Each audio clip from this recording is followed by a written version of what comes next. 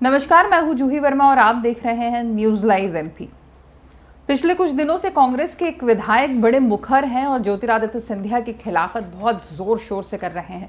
Corona काल है, बहुत सारे जनप्रतिनिधि अपने अपने क्षेत्रों में बहुत तेजी से एक्टिव हैं।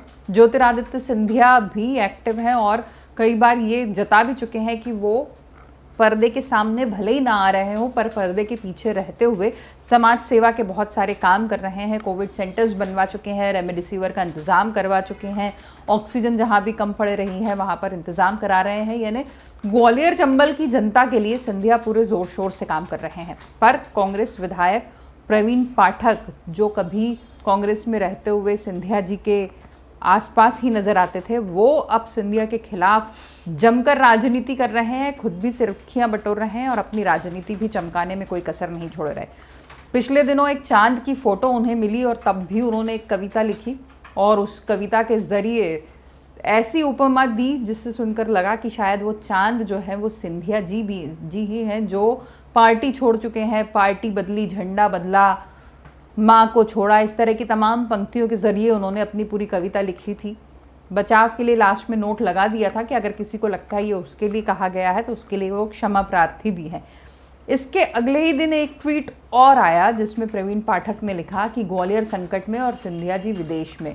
प्रवीण पाठक का दावा है कि जिस वक्त पूरा देश मुश्किल में उलझा हुआ है, उस वक्त जो सिंधिया कमलनाथ सरकार के दौरान ये कहा करते थे कि उसूलों पर आँच आए तो आवाज़ उठाना ज़रूरी है, वो सिंधिया अब उसूलों की फिक्र छोड़कर विदेश में जाकर आराम कर रहे हैं, कोविड से दूर हैं, जनता की परेशानी से दूर हैं।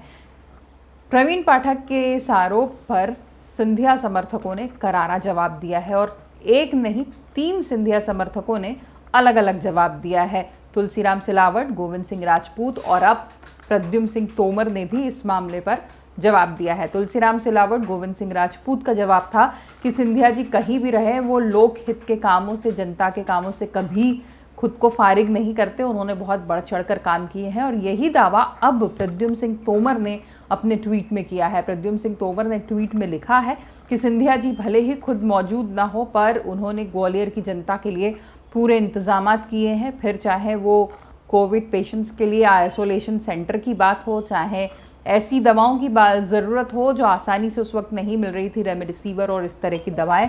साथ ही जब ऑक्सीजन की किल्लत से पूरा प्रदेश जूझ रहा था, उस वक्त ज्योतिरादित्य सिंधिया ने ऑक्सीजन का इंतजाम भी कराया था। पर प्रत्यक्ष रूप से सिंधिया सामने नहीं आए हैं कि वो किस तरीके से बढ़ चढ़कर जनता के हित के लिए काम कर रहे हैं। अब ये बात अगर कांग्रेस समझ पाती है कि सिंधिया जी पर्दे के पीछे रहकर काम कर रहे हैं तो संभवतः आरोप प्रत्यारोप का दौर थम जाएगा। वरना ज्योतिरादित्य सिंधिया ने जब से पार्टी बदली है वो हमेशा से कांग्रेस के निशानों पर ही रहे हैं और सक्रियता जब तक नहीं दिखाई देगी तब तक बहुत संभावनाएं हैं कि आरोप प्रत्यारोप का ये दौर जारी ही रहे। नमस्कार।